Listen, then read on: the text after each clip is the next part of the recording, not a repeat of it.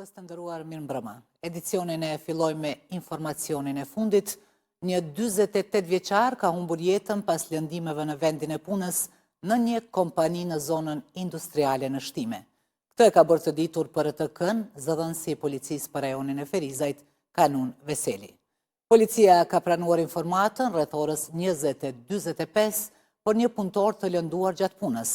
Ai është dërguar menjëherë në emergjencën e Ferizajt, ku nga ekipi mjekësor është konstatuar vdekja e tij, ka thënë Veseli.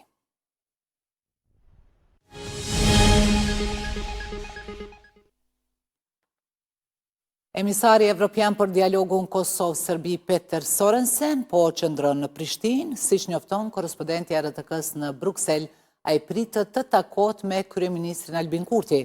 Takim ky që ende nuk është konfirmuar nga zyra e kryeministrit.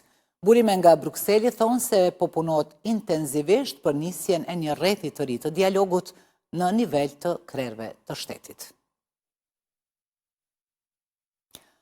Kosova ka hyrë në 2 javët vendimtare politike. Nëse deri më 28 prill ligjvënësit nuk e zgjedhin kreun e shtetit, qytetarët do të detyrohen të dalin sërish në zgjedhje parlamentare.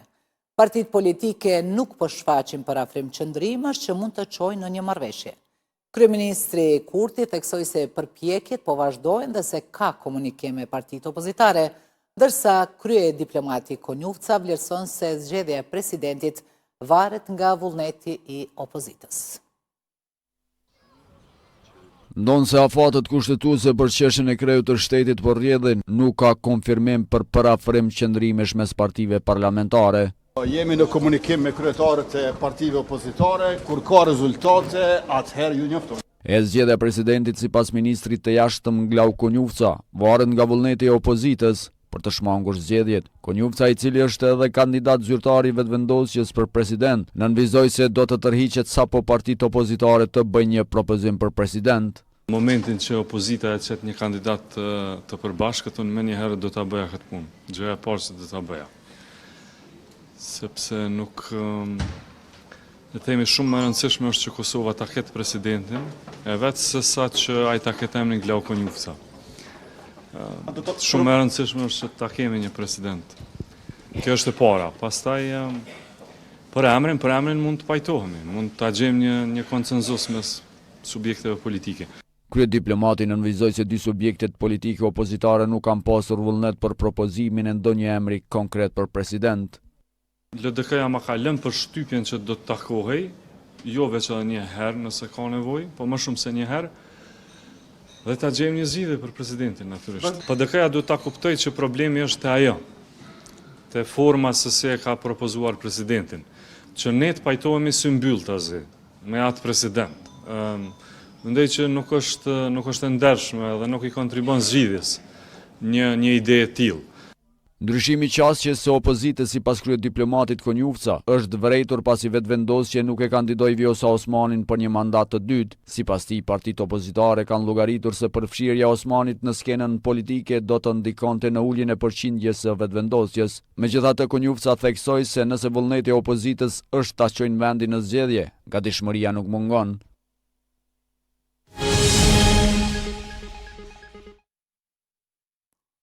Prokuroria speciale kërkoi burgim të përjetshëm për të akuzuarit në rastin e sulmit terrorist në Bansk. Gjatë fjalës përfundimtare, prokuroria argumentoi kërkesën për masën maksimale, duke i cilësuar veprimet e të akuzuarve si akte të mirëfillta terroriste që rezultuan me vrasjen e rështerit Afrim Bunjaku dhe plagosjen e disa zyrtarëve të tjerë policor.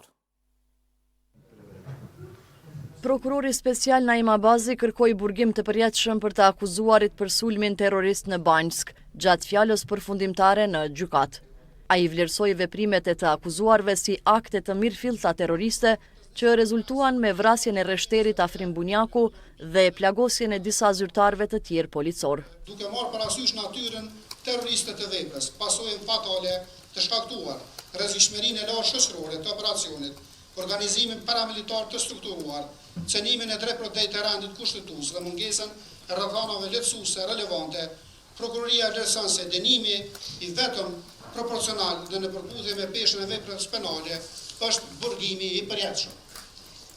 Çdo dënim me jurë do të ishte disproporcion të qartë me gravitetin e pasojat dhe rrezikshmërinë e veprimit dhe nuk do të përmbushte as funksionin dëshkues, as parandalues të sanksionit penal. Dënim maksimal për të akuzuarit kërkoi edhe Arjanit Koci, avokat i familjes Bunjako. Janë praktikat në botë që për sulme tilla terroriste dënimi me burgim përjetshëm është, do thot, minimumi që mundet me ndodhë. E keni rastin e Parisit vitin 2015, e keni rastin të sulmet në kulla binjake, po e keni edhe rastin e Bostonit, edhe pse në sistemin ton juridik nuk ka dënim me vdekje. Gjohat Sarnaev është dënuar me vdekje bashkë me vllain e tij. Burgim të përjetshëm për 3 të akuzuarit kërkuan edhe avokatët mbrojtës të 2 policëve të plagosur nga sulmi terrorist në Banjsk, Alban Rashiti dhe Çlirim Shaqiri, derisa për policin Rashiti u kërkuan edhe 1.5 milion euro dëmshpërblim, për cilat avokati thot se atij do t'i duhen për mjekim. Më datë 20 të këtij muaji, fjalët përfundimtare para trupit gjykues do t'i paraqesin edhe mbrojtja e të akuzuarve dhe vetë të akuzuarit. Sulmi në Banjsk vazhdon të mbetet një nga ngjarjet më të rënda të sigurisë në vend.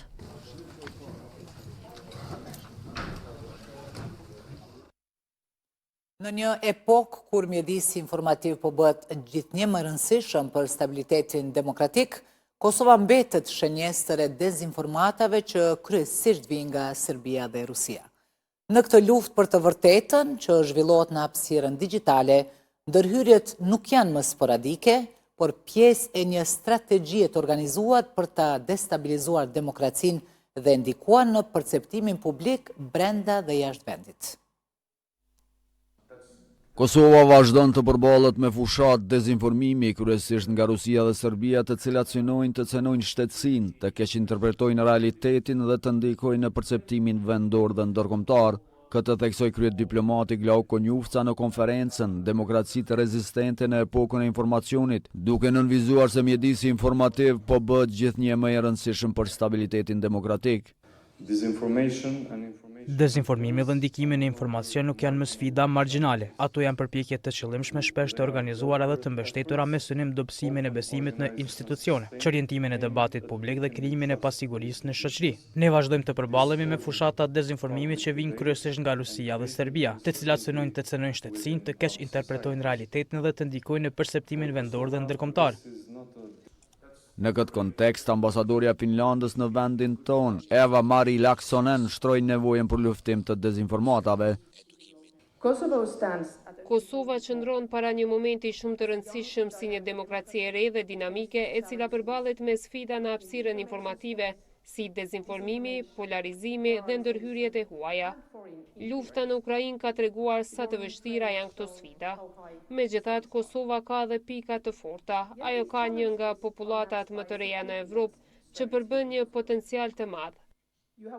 Qëndrueshmëria ndaj dezinformimit të theksuar se nuk ndërtohet vetëm nga institucionet, por nga një shoqëri informuar, kritike dhe aktive e cila mbron të vërtetën dhe vlerat demokratike çdo ditë. Vendi ynë mbetet destinacion strategjik për inovacion. Ekonomia digjitale gjatë vitit kaluar ka arritur vlerën prej 2 miliard eurosh, mbi 47.000 persona janë të punësuar në sektorët e delegimit të shërbimeve të biznesit dhe teknologjisë informative, në më shumë se 11.000 biznese aktive në këtë fushë, ka thënë kryeministri Kurti. Avokimi politikave për krijimin e mjedisit të favorshëm për bizneset, investime dhe fokusin në teknologji dhe inovacion shihen si kyçe për ecjen përpara të vendit krahas shteteve tjera botërore. Kreu i ekzekutivit Albin Kurti nënvizoi se Kosova post potencialit njerëzor ka pozitë strategjike, kompani inovative e partner ndërkombëtar dhe se detyra e përbashkët është kthimi i këtij potenciali në realitet. Ne jemi të vetëdijshëm që bota dhe tregu i punës po ndryshojnë dhe na duhen shkallësi dhe avancime teknologjike që të mbetemi konkurrues dhe të jemi gjithnjë më konkurrues.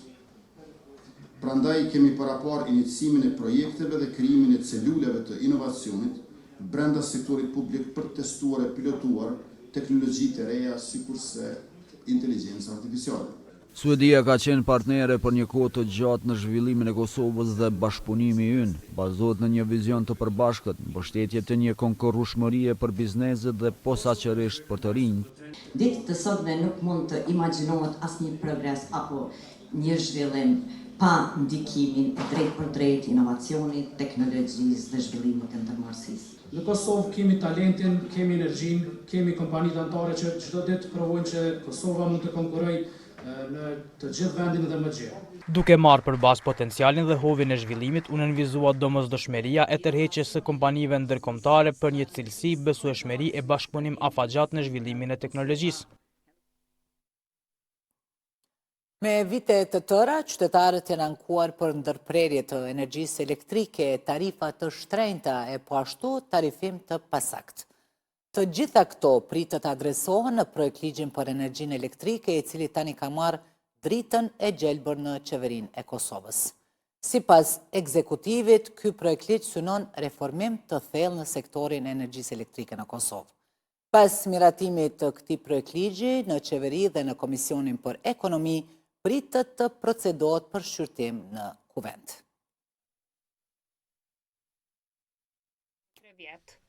Lidhja Demokratike e Kosovës ka ngritur shqetësime lidhur me pretendimet për keq përdorimet përmes njësorëve elektrik. Antari kryesisë Visar Azemi akuzoi Ministrinë e Industrisë, duke thënë se po tenton ta mbulojë rastin përmes gjobave ndaj Kecit. Ndjekim një deklaratë të tij.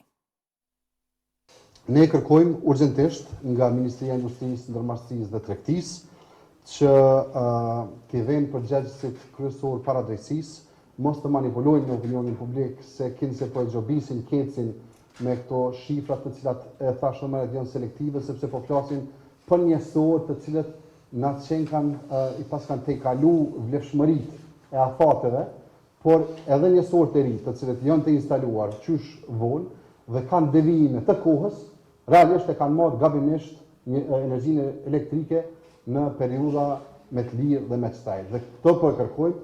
Këtë e kem denoncu që nga fillimi, nuk kem denoncu njësor të cilët mund të masin energjin si sasi, por kem denoncu njësor të cilët po e masin energjin keq në kohë, kur si pas vendimeve të zyrës regulatorit të energjisë, është dashur me u fakturu me të lirë, ndërka qytetarëve ju është fakturu me të keq. Dhe kjo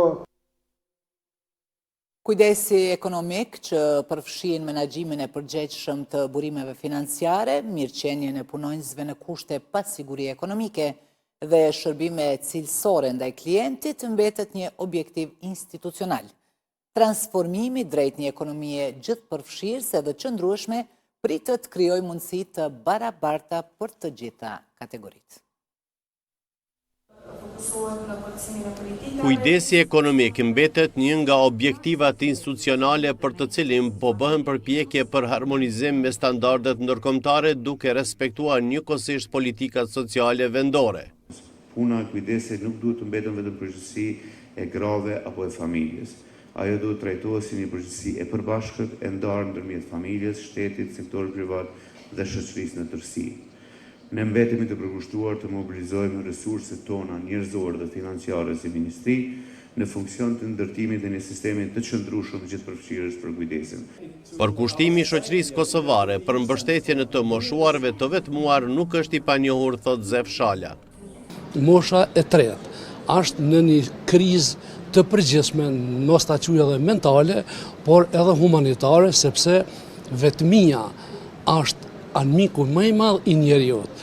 Fuqizimi i shërbimeve në komunitet, investimet e bazuara, angazhimi për barazi gjinore dhe njohja e kujdesit si prioritet i mbështetur në aspektin ligjor, me qëllim arritjen e transformimit të sistemit të kujdesit të qëndrueshëm dhe të barabartë, mbetet një objektiv i synuar për një shoqëri të avancuar.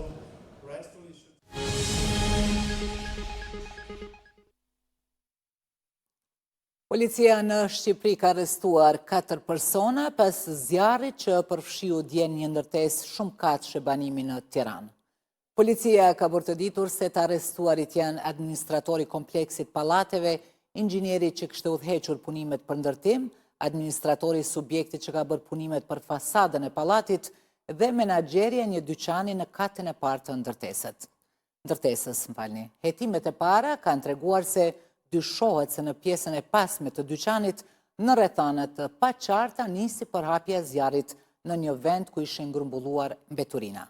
Nga zjarri që përfshiu këtë ndërtesë 12 kafshë në Tiranë u lënduan 11 persona.